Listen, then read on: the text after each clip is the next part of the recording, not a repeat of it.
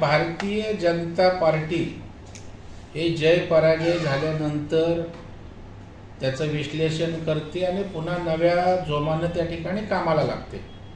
आणि त्याच पद्धतीने महाराष्ट्रामध्ये देवेंद्रजींच्या नेतृत्वाखाली भारतीय जनता पार्टीने काम सुरू केलं। बैठकांचा सिलसिला सुरू आहे आणि तशाच पद्धतीने उद्या बैठक आहे आणि नव्या जोमाने ताकदीने पुन्हा एकदा या ठिकाणी सगळ्या विषयाचं आत्मचिंतन करून भारतीय जनता पार्टी निर्विवादपणे त्या ठिकाणी महायुतीला महाराष्ट्रामध्ये यश मिळवून देईल। मनोज जरांगे पाटलांनी आपलं उपोषण मागे घेतलंय। 13 जुलैपर्यंत सरकारला मुदत देतो, त्यानंतर जर उपोषणा म्हणजे आरक्षणाच्या संदर्भात काही निर्णय झाला नाही तर थेट निवडणुकीत उतरू अशा प्रकारचा इशारा त्यांनी दिलाय। मी मनोज जरांगेंचं मनापासून आभार व्यक्त करेन, अभिनंदन करेन, कारण सरकार या सगळ्या विषयात सकारात्मक आहे हे त्यांनी समजून घेण्याची आवश्यकता आहे। काही लोक मनोज जरांगेच्या खांद्यावर बंदूक ठेवून सरकारला निशाणा करण्याचा प्रयत्न करतात। मला वाटतं माझी त्यांना नम्र विनंती असेल, मुख्यमंत्री एकनाथराव शिंदे साहेब आहेत, मराठा समाजाला ज्यांनी पहिलं आरक्षण दिलं होतं ते देवेंद्रजी उपमुख्यमंत्री आहेत, पुन्हा आज ते त्यांची भूमिका सकारात्मक आहे आणि त्याच्यामुळे सरकार कुठेतरी टाळतंय, नकारात्मक भूमिका असं नाही आहे। आणि त्याच्यामुळे मला वाटतं जरांगेंनी त्या ठिकाणी संवाद सरकारशी ठेवावा आणि वारंवार चर्चेतनं एक गोष्टी त्या ठिकाणी आपल्या मागण्या मान्य करत मराठा समाजाला त्या ठिकाणी दिलासा द्यावा। समाजामध्ये जातीयते निर्माण होईल अशा प्रकारे काही लोकांचा प्रयत्न आहे, त्याला या ठिकाणी या विषयामुळे खतपाणी मिळू नये याची सर्वांनी काळजी घेण्याची आवश्यकता आहे। संघविचारांशी संबंधित असलेल्या ऑर्गनायझर या नियतकालिकामध्ये भाजप आणि एकंदर भाजपच्या नेत्यांवरती टीका करण्यात आली की भाजपचे काही नेते हे जनतेपासून मूळ प्रश्नांपासून बाजूला गेले होते, हवेत होते आणि त्यांच्या अति आत्मविश्वासामुळेच भाजपला मोठ्या प्रमाणात पिछेहाटीला सामोरं जावं लागलं। आणि याला जोडून प्रश्न आहे की राष्ट्रवादीला सोबत घेतल्यामुळे भाजपचं जे ब्रँडिंग आहे ते कमी झालं।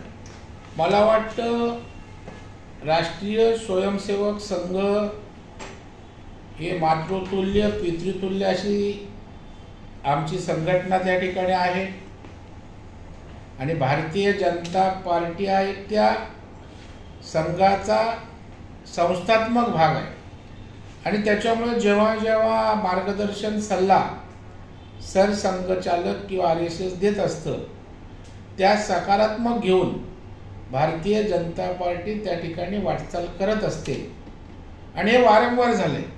आपण बघाल ज्या वेळेला इंडिया शायनिंग त्या ठिकाणी होती त्याही वेळेला अशाच प्रकारचं थोडं अपयश आलं होतं आणि त्याही वेळेला विवेक साप्ताहिकातनं की पाक्षिकातनं त्या ठिकाणी सल्ला दिला गेला होता, काही भूमिका मांडली होती आणि शेवटी या भूमिका पॉझिटिव्ह घेत दुरुस्त करत पुढे जायचं हा परंपरा भारतीय जनता पार्टीची आहे आणि त्याच्यामुळे काही विशेष असं याच्यात वाटत नाही। ती एक पद्धत आहे आणि संघाच्या काही चांगल्या सूचना असतील त्या भारतीय जनता पार्टी घेत या ठिकाणी वाटचाल करत असते, दुरुस्त्या करत असते, त्याचप्रमाणे या विषयाकडे त्या ठिकाणी पाहते।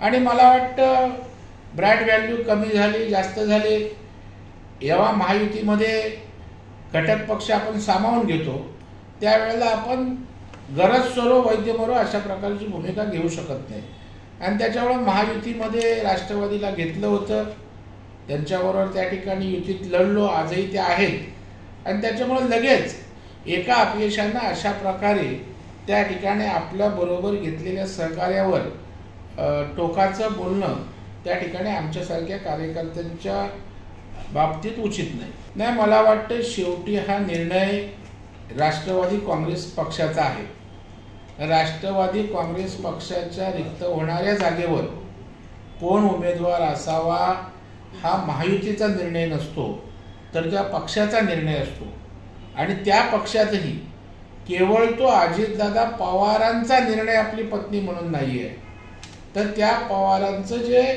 राष्ट्रवादीचे संसदीय मंडळ आहे प्रफुल्ल पटेल असतील, छगन भुजबळ असतील, सुनील तटकरे असतील, अशा त्यांच्या सर्व टीमनं सामुदायिकपणे पक्षाचा जो निर्णय त्या ठिकाणी घेतलेला आहे आणि त्याच्यामुळं मला वाटतं घराणेशाही म्हणून ती अजित पवारांनी केलेली गोष्ट नाही आणि जो काय निर्णय आहे तो त्यांचा पक्षाचा विषय आहे, पक्षाने घेतलेला निर्णय आहे.